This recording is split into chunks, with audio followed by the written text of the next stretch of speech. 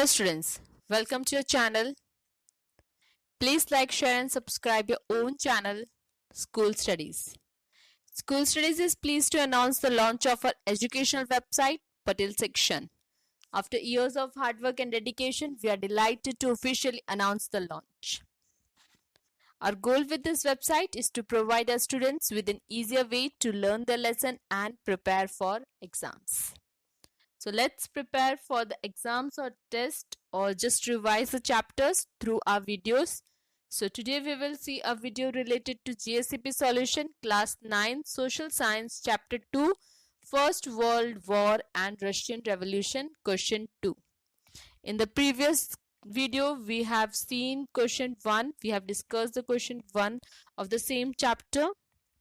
So for that you have to go to our YouTube link for the question 1. So today we will solve question 2. So let's solve it. Question 2 is short note. So first short note is Russian Revolution. Now Russian Revolution को जो है considered किया जाता है as the important event in world history. Russians जो है उनने had been opposed and suppressed by jar of Russia. Jar of Russia है जो किंग थे, उनने काफी डिक्टेटर थे, वो उन्हें काफी दबाव डाला था रशियंस पे. जो रशियन जार थे वो इनहेरिटेड, उनने उनकी पोजीशन इनहेरिट की थी और वो डिक्टेटर बने थे.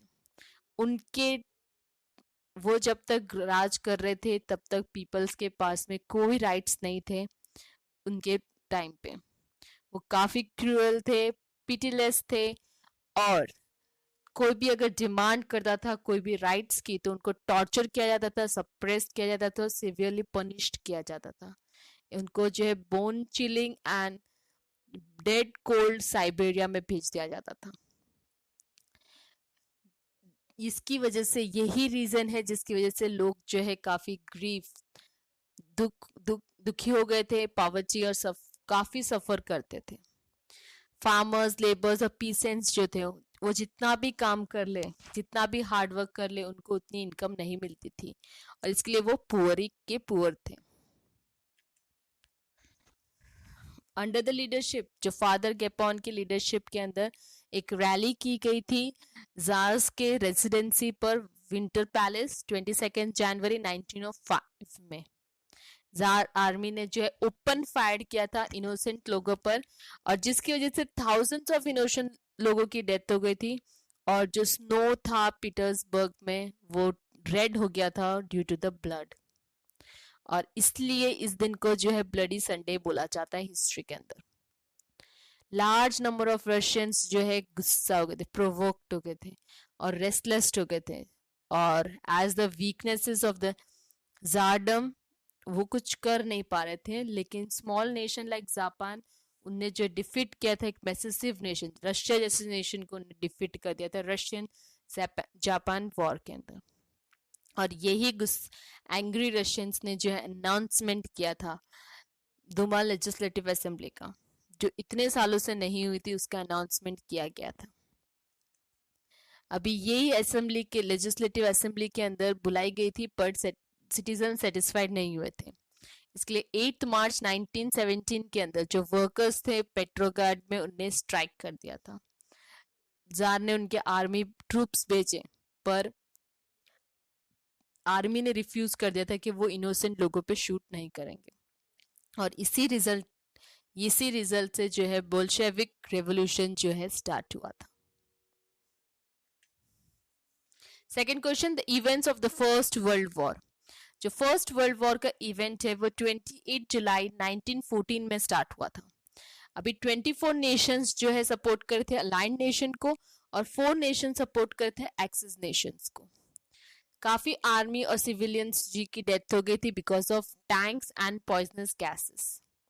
1917 के अंदर रशियन रेवोल्यूशन ने स्टार्ट किया था रशिया के अंदर, जिसकी वजह से रशिया ने ये वॉर से विड्रॉ कर लिया था. जर्मनी ने मैनेज किया था, उन्हें अमेरिकन स्टीमर लुस्टेनिया को जो है डुबा दिया था, जिसकी वजह से 147 अमेरिकन सोल्जर्स की डेथ हो गई थी. और इसी वजह से अमेरिका ने ज्वाइन किया अलाइंड नेशन और काफी स्ट्रांग हो गए थे. उसकी वजह से जर्मनी जो है अमेरिकन ट्रूप्स के सामने खड़ी नहीं रह पाई थी। तो बुल्गारिया इन सितंबर 1918, टर्की और ऑस्ट्रिया अक्टूबर 1918 के अंदर उन लोग ने ज्वाइन किया था अलाइंड नेशन। जर्मनी लीडर जो थे केस्पर विल्हेम, उन्हें सरेंडर कर दिया था उनकी पोजीशन और वो भाग गए थे।